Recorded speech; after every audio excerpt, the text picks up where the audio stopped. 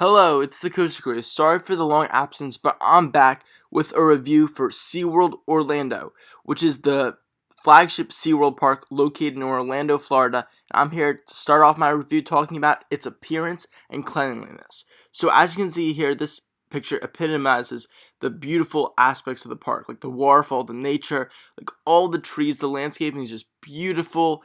All the animals help with that because like the marine life means there's a lot of these beautiful pools, as you can see here, and then there's just like fountains everywhere. There's just plenty of landscaping, and at night it's also beautiful. This is a little blurry, this picture, but you can see that they really set up the park so it's beautiful at night with all these glowing things.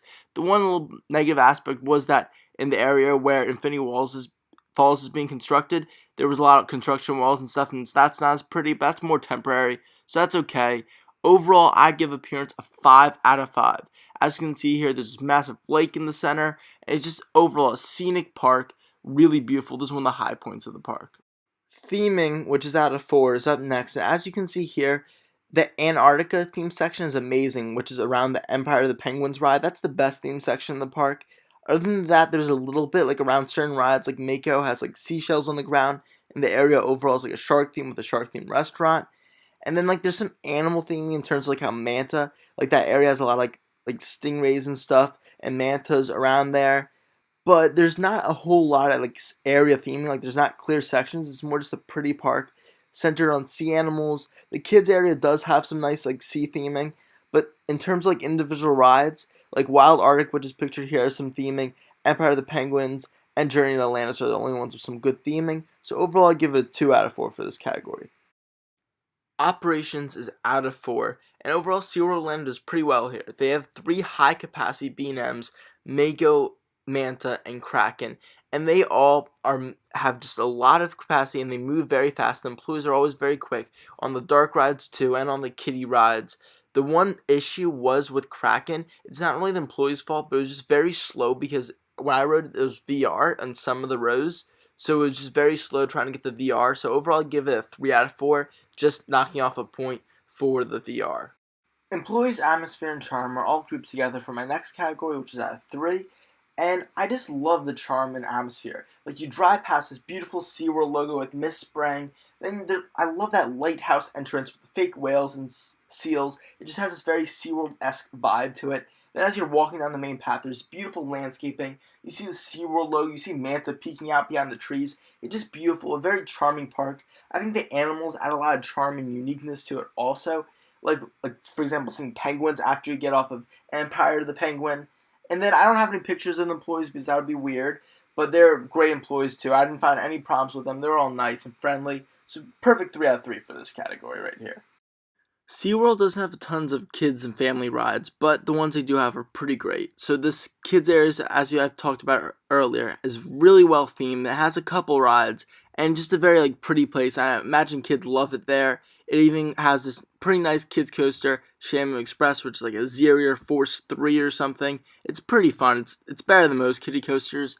Other family rides are the Wild Arctic Dark Ride, which I didn't love because it made me a little dizzy. It felt like an outdated ride system. I did like Empire of the Penguin, although it was a little bit short. And then Turtle Trek is like not a ride, but it's like a planetarium attraction. Other than that, there's not really anything besides the Sky Tower, which was closed when I was there, sadly. And when they get Infinity Falls this year, which is probably going to be the best river rapids, that'll help a lot. But right now, I'd say it's a 3 out of 5 because they just don't have enough, but they do have some good attractions. But maybe Infinity Falls will bump it up to a 4 later on. Thrill Rides is up next, but oh no! There are no non-coaster thrill rides at SeaWorld Orlando, so that's why I'm showing Dominator Drop Tower at Dorney Park. Sadly, SeaWorld's going to have to forfeit this category with the 0 out of 5. They really should get a drop tower or something. It would be a great fit for the park. SeaWorld has a total of 5 roller coasters. I'm going to talk about each one of them quickly. So there's the big 3 B&Ms, first of which is Mako, the big fish in the pond, no pun intended. And this is a really smooth ride with plenty of airtime and just a lot of great banks and stuff. Then there's Kraken, which is actually my favorite floorless. I love that big drop at the beginning and the loop. There's plenty of hang time through all of the inversions, all 7 of them. I love the setting right by the water. All of these coasters have great settings. And then I love that ending when it gets more compact and goes through the tunnels. Then there's Manta, which is the flying coaster. and this is my favorite flying coaster currently, and it just has a really fun, intense drop with the pretzel loop, and there are a lot of great inline twists with lots of hang time, just like Kraken, and it's just a fun, long ride experience. Then there's Journey to Atlantis, which is kind of like a family coaster. It's a water coaster, and it has a really fun drop and a lot of great theming and stuff, and it's just a long ride experience. And then there's Shamu Express, which is a solid kiddie coaster. So overall, I give it a 4 out of 7. This category is the most important, so it's at 7. And you might be thinking that's kind of low, but that's actually insanely impressive for a park with only 5 roller coasters, 3 like large thrill coasters, because the top 3 is so amazing, and they have and that's a really solid family coaster with Journey to Atlantis and a solid kiddie coaster. But if they got more, I'm sure the points would just keep on going up, like a launch coaster or a wood coaster, which are some things they probably do need.